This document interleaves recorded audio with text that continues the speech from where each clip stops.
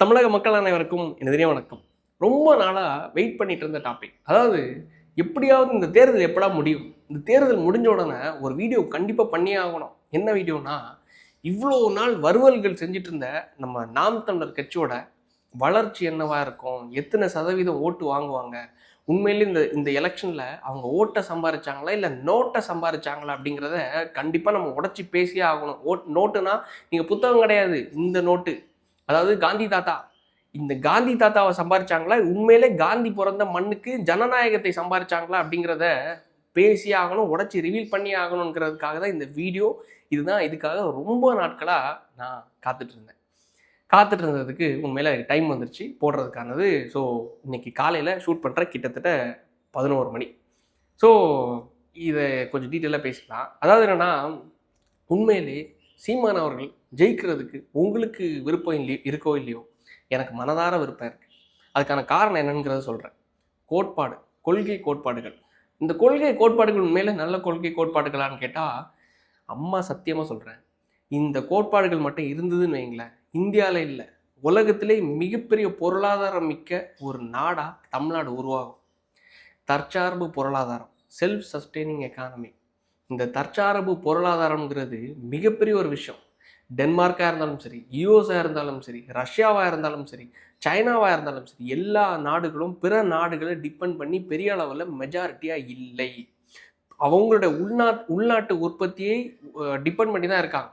நம்மளோட உள்நாட்டு உற்பத்தி என்னதான் இருந்தாலும், பால்லாம் ஆந்திராவிலேருந்து வருது, வெங்காயமா வெளிமாநிலத்திலேருந்து வருது, அரிசியா வெளிமாநிலத்திலேருந்து வருது. நம்ம அரிசியை அங்கே மலையில் முளைய விட்டுட்டு வெளியே இந்த அரிசியை இறக்குமதி பண்ணுறாங்க. அப்போ நம்ம ஊரில் யாரை என்கரேஜ் பண்ணுறோம்?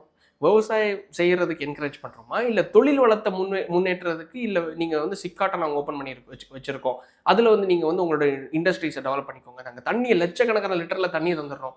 ஸோ நம்மளுடைய பொருளாதார வளர்ச்சிங்கிறது நம்மளோட இயற்கை சார்ந்த ஒரு விஷயம்.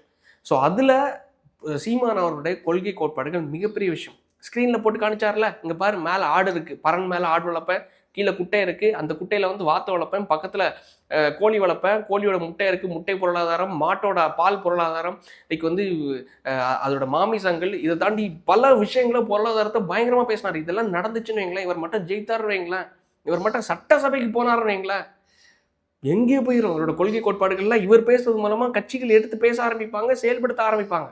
ஆனால் இதெல்லாம் செயல்படுத்துகிறோம்னா எங்கே போகணும்? சட்டசபைக்கு போகணும். சட்டசபைக்கு போகாமல் தெருமுனையிலேருந்து அணில் அடிக்கிறேன்னு சொல்லிட்டு பண்ணிட்டு இருந்தா அது விளங்குமா? அது அது வெட்டி பேச்சு தான், எல்லாமே வெட்டி பேச்சு தான். உண்மையிலே அண்ணன் ஜெயிக்கிறதுக்கான யுக்தியை செஞ்சிருக்காரா? உண்மையிலே எந்த ஒரு தலைவராக இருந்தாலும் சரி ஜெயிக்கிறதுக்கு இன்னைக்கு மட்டும் இல்லை, ராஜாக்கள் கூட யுக்தியை ஸ்ட்ராட்டஜியை கையில் எடுப்பாங்க. ஸோ ஸ்ட்ராட்டஜியை இவர் கையில் எடுத்திருக்காரா இல்லையான்னு கேட்டால், உண்மையிலே ஸ்ட்ராட்டஜியை கையில் எடுக்கல. காந்தி தாத்தாவுக்கு தான் ஆசைப்பட்டிருக்காரு.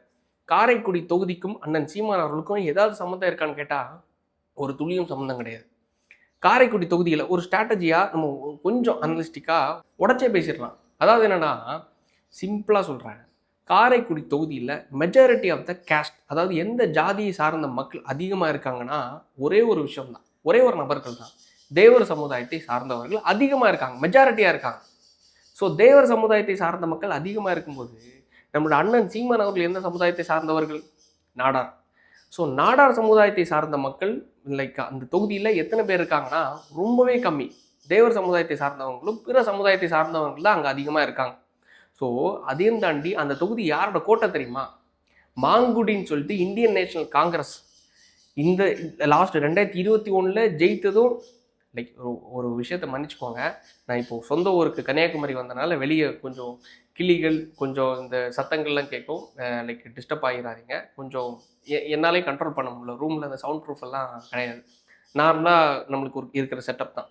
பல அண்ணன்கள் மாதிரி நோட்டுக்காக நம்ம விலை போய் நம்ம வாடகை விட்டு சம்பாதிக்கலாம் இல்லை, சம்பாதிக்கிற நோக்கமும் கிடையாது. சின்னதாக ஒரு ஸ்டாண்டு, ஒரு 2 லைட்டு வச்சு பண்ணிட்டு இருக்கிறதுனால சின்ன டிஸ்டர்பன்ஸ் இருக்கும், தப்பாக எடுத்துக்காதீங்க.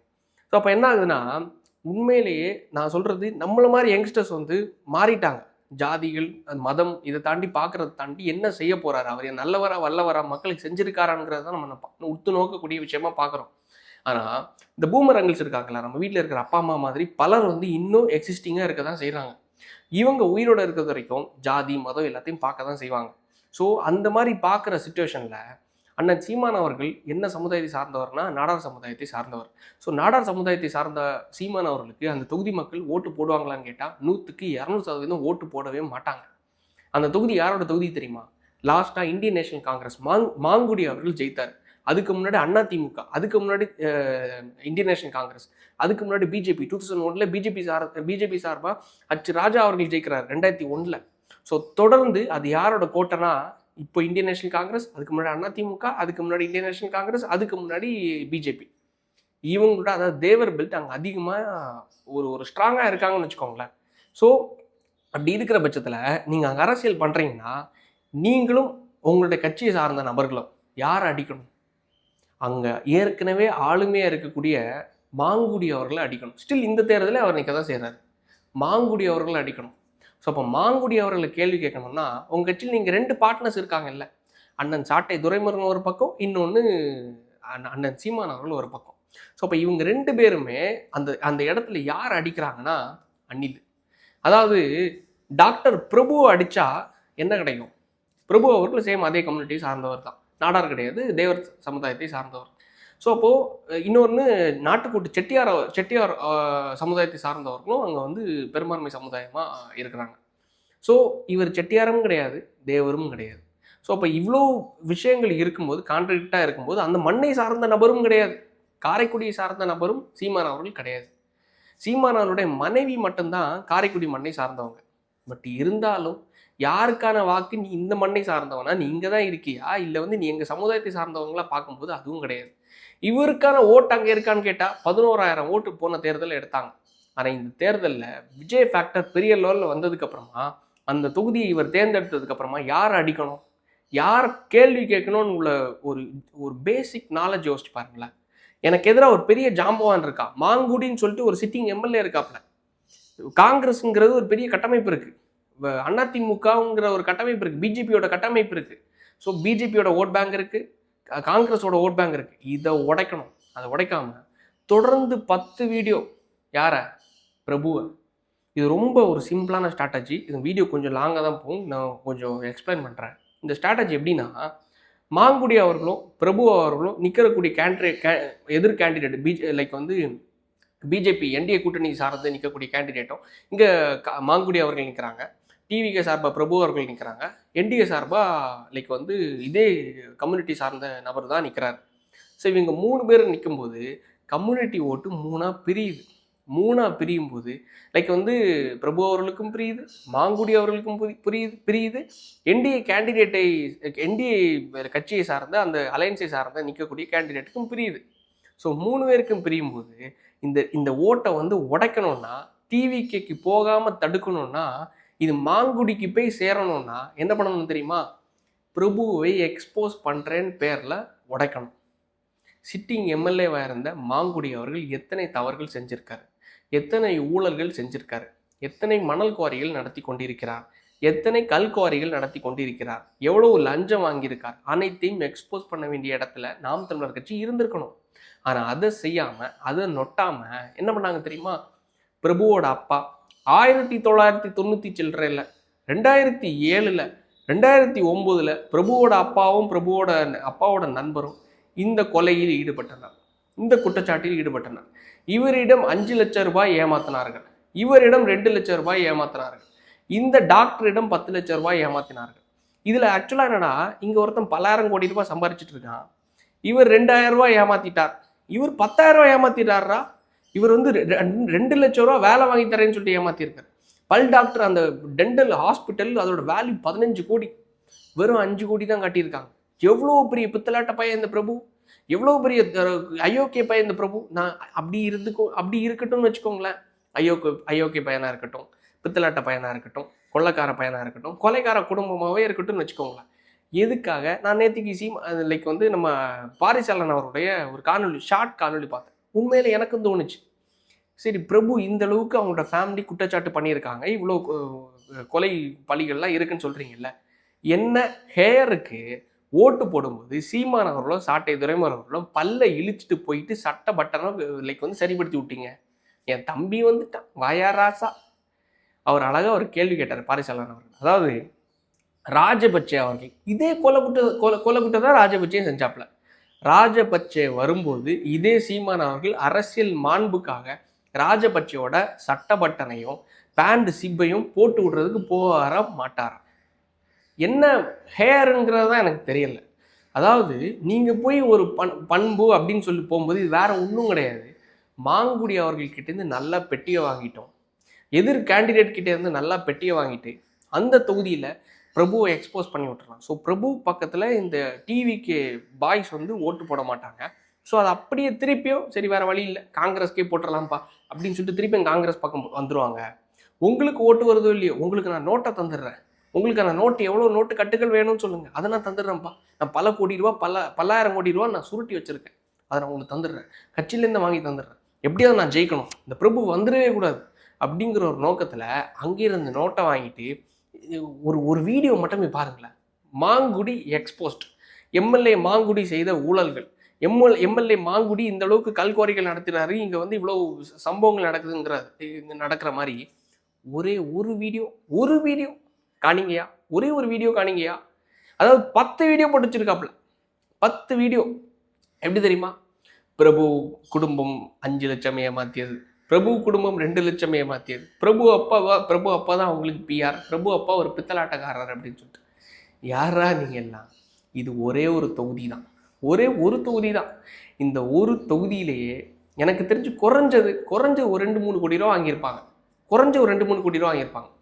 சரி, நான் பிரபுவை எக்ஸ்போஸ் பண்ணிடுறேன். ஏன்னா பிரபு செலவு பண்ணுறதே கோடிக்கணக்கில் செலவு பண்ணிட்டு இருக்காப்புல. இந்த அட்வர்டைஸ்மெண்ட்டு அதை தாண்டி வந்து வீடியோஸ், இந்த பிகர் நோட்ஸ் இன்டர்வியூ, அதை தாண்டி இந்த ஏன்னா ஒவ்வொரு சேனலுக்கும் 5 லட்சம் 2 லட்சம் கொடுக்கணும், அதை தாண்டி பிஆர் டீம் வெளியே போகிறது, கட்சிக்கான செலவு அப்படின்னு சொல்லிட்டு அங்கேயே கோடிக்கணக்கில் செலவு பண்ணுறாங்க.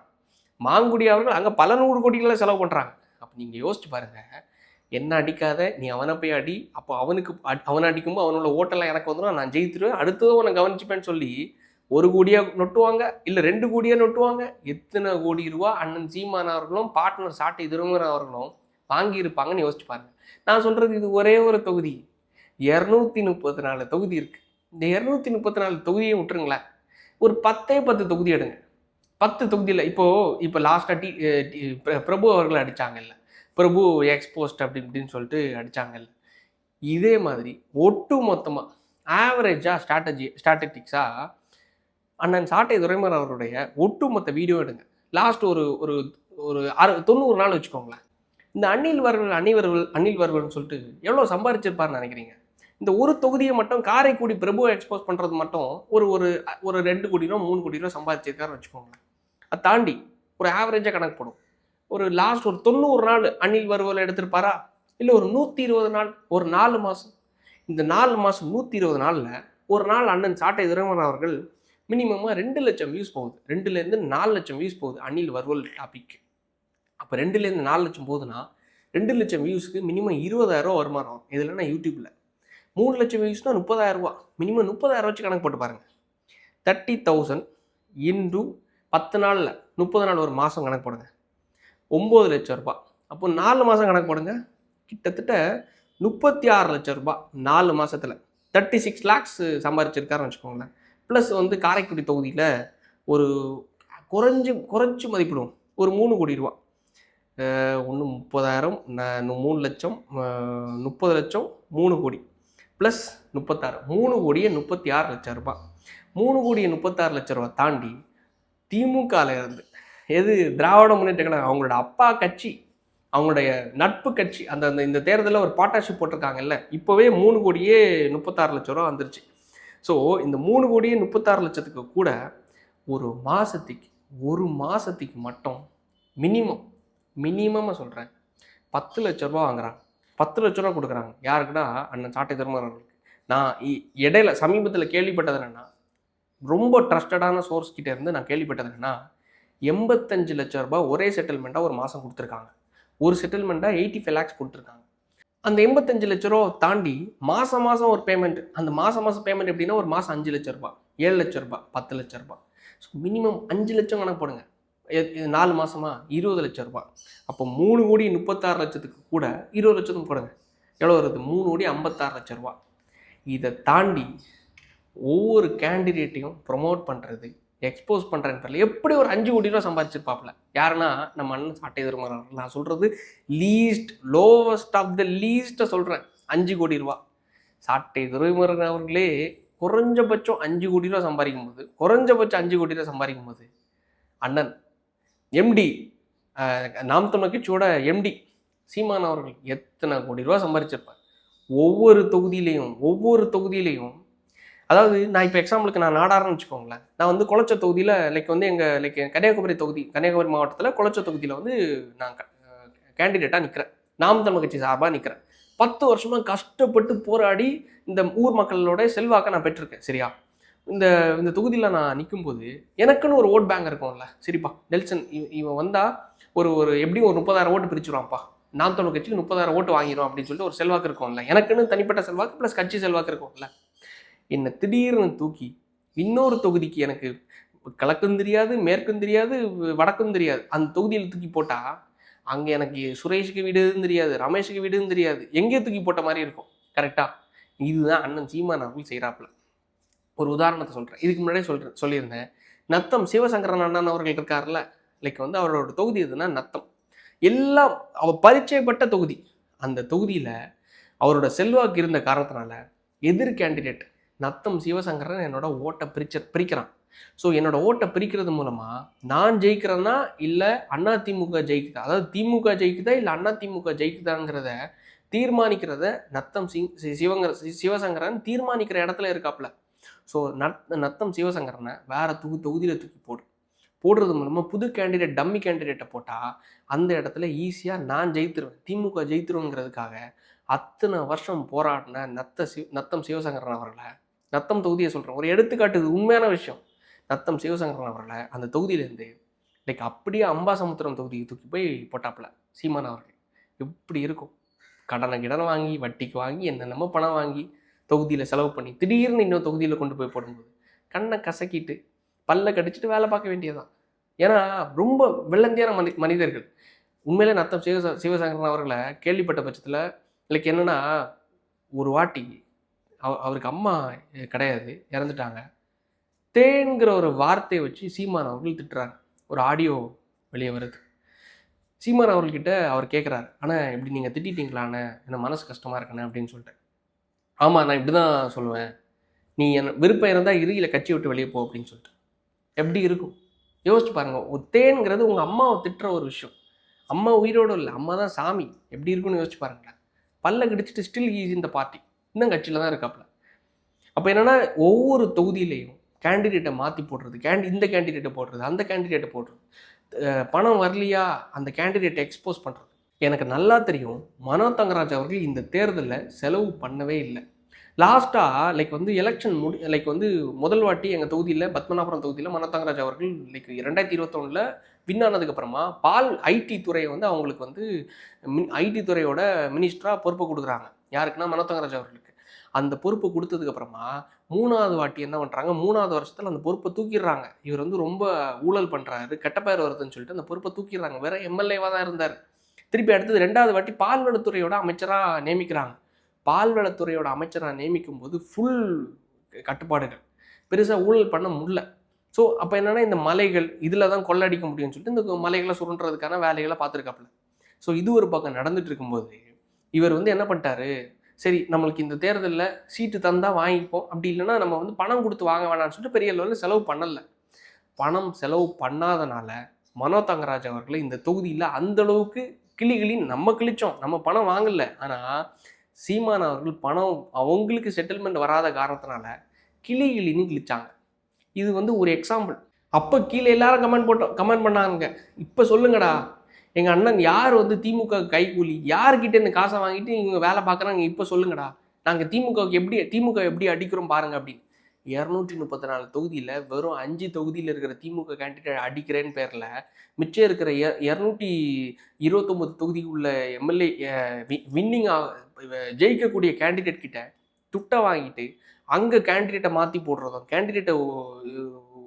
போடுறதுங்கிற பேரில் கொள்ளங்கிறது உச்சத்தில். திமுகவை விட அப்பேற்பட்ட லெவலில் ஒரு குட்டி கருணாநிதினு வச்சுக்கோங்களேன், அண்ணன் சீமான் அவர்கள் ஒரு குட்டி கருணாநிதினு வச்சுக்கோங்க. எனக்கு ஒரு சொல்ல தெரில. ஏன்னா எல்லாம் உள்ளுக்குள்ளேருந்து வருது. ஏன்னா இது வந்து எனக்கு நான் ஆரம்பத்தில் நாம் தமிழ் கட்சியில் பயணிக்கும்போது ஒரு உணர்வாளராக ஒரு பற்றாளராக நான் உள்ளே இருந்தேன். ஆனால் இந்தளவுக்கு ஸ்கேம் நடக்குதா, இந்தளவுக்கு பணம் வாங்குறாங்களா, பதவிக்கு பணம் வாங்குறது கிடையாது. ஆனால் அந்த பதவியை பிடிச்சிட்டு வளருவாங்க. இல்லை வளரும்போது இந்த பையன் இருந்தால் செட் ஆகாது, இவனை வெளில தள்ளிடு. சீமான் அவர்களுக்கே நான் என்ன சொல்லலை, ராஜீவ்காந்தி அவர்களாக இருந்தாலும் சரி, கல்யாண சுந்தரம் அவர்களாக இருந்தாலும் சரி, உள்ள பலர் பயணித்தாங்க, காளியம்மாள் அவர்களாக இருந்தாலும் சரி. இது வேற கட்சியிலன்னா இது பண்ணுவாங்களா? வளர்கிற நல்ல ஒரு ஒரு பொறுப்பான நபர்கள் அவங்கள வந்து மசுறணும், பிசுறணும், தேமாவன்னு சொல்லிட்டு ஒரு கட்சியோட தலைவர் சொல்லுவாங்களா? அந்த அளவுக்கு பண்ண கட்சி தான் இந்த குட்டி கருணாநிதி தான் அண்ணன் சீமான் அவர்கள். அவங்க சம்பாதிச்சது இந்த தேர்தலில் சீமான் அவர்கள் எனக்கு தெரிஞ்சு குறைஞ்சது மினிமம் 500 கோடி ரூபாய். நான் மட்டும் சொல்லலை, பலர் சொன்னாங்க 500 கோடி ரூபாய் திமுக இவங்களுக்கு செட்டில்மெண்ட் பண்ணிடுச்சு. எதுக்காகனா நீங்கள் தேர்தலில் கம்ப்ளீட்டாக எங்களுக்கு, ஏன்னா திமுக கிட்ட பல லட்சம் கோடி இருக்குது. 500 கோடி ஒரு மேட்டரே கிடையாது. ஒரு தொகுதியில் மட்டும் செந்தில் பாலாஜி அவர்கள் 200 கோடி ரூபா செலவு பண்ணியிருக்காரு. தேமுதிகவை விஜயகாந்த் அவரோட கட்சியை திமுக கிட்ட கொண்டு வர்றதுக்கு 300 கோடி ரூபா செலவு பண்ணாங்க. 300 கோடி ரூபா அங்கே, ஒரு தொகுதியில் 200 கோடி, இத்தனை 1000 கோடி செலவு பண்ணுற திமுகவுக்கு இந்த குட்டி கருணாநிதியான சீமான் அவர்களுக்கு 300 கோடி ரூபா கொடுக்கறதுக்கு ஒரு விஷயமா என்ன? ஏன் நம்ம சாட்டை அண்ணனுக்கு மாதம் 5 லட்சமோ 10 லட்சமோ 85 லட்சமோ கொடுக்குறது ஒரு விஷயமா என்ன? அதாவது சிம்பிளாக சொல்கிறேன், இவங்க மாற்றத்திற்கான நபர்களே கிடையாது. ஆரம்பத்தில் இருந்தாங்க, மாற்றத்திற்கான நபர்களே கிடையாது. ஆனால் இன்னைக்கு இவங்க மாற்ற வேண்டிய நபர்கள். இவங்களெல்லாம் இந்த சமுதாயத்திலேருந்து புறந்தள்ள வேண்டிய இடத்துல இருக்காங்க. அப்படி இல்லைன்னா அவங்க தங்களை மாற்றிக்கணும். ஒரு ஒரு கட்டம் வரைக்கும் நல்லவர்களாக இருந்தாங்க. ஆனால் இன்னைக்கு எல்லாமே கட்டுகளுக்கு விலை போயிட்டாங்க. அந்த ஒரு காரணத்தினால்தான் இந்த அளவுக்கு நம்ம டீட்டெயிலாக பேசிகிட்டு இருக்கோம். திருப்பியும் சொல்கிறேன், இவங்க சம்பாதிச்சது சாதாரண பணமே கிடையாது. இதில் ஏமாந்தது யார் தெரியுமா? கொள்கைவாதிகள், கொள்கை கோட்பாடுன்னு சொல்லிட்டு கஷ்டப்பட்டு பாமர மக்கள்கிட்ட அந்த இளைஞர்கள் இருக்காங்க இல்லை, லைக் வந்து தமிழ் தேசியவாதிகள்னு சொல்லிட்டு சீமான் அவர்களுக்கு பின்னாடி லட்சக்கணக்கான இளைஞர்கள் 38 லட்சம் மக்கள் அவங்க ஓட்டு போட்டாங்க. இவங்க தான் ஏமாந்து அவங்க பின்னாடி போய் நான் ஒத்துக்கிறேன், அக்செப்ட் பண்ணுறேன். விஜய் அவர்கள் படம் நடித்தார், படம் நடிக்கிறது மூலமாக நீங்கள் சொல்கிறீங்க அவர் வந்து டேக்ஸ் கட்டுறதில் ஊழல் பண்ணிட்டாரு, இன்னொன்று வந்து லாட்ரி டிக்கெட் ஒன்று இருக்குது, தேட்டர் டிக்கெட் ஒன்று இருக்குது, இது மாதிரி நீங்கள் குற்றச்சாட்டுக்களை முன்வைக்கிறீங்கல்ல. அப்போது நம்ம யோக்கியமாக இருக்காங்க இல்லையா?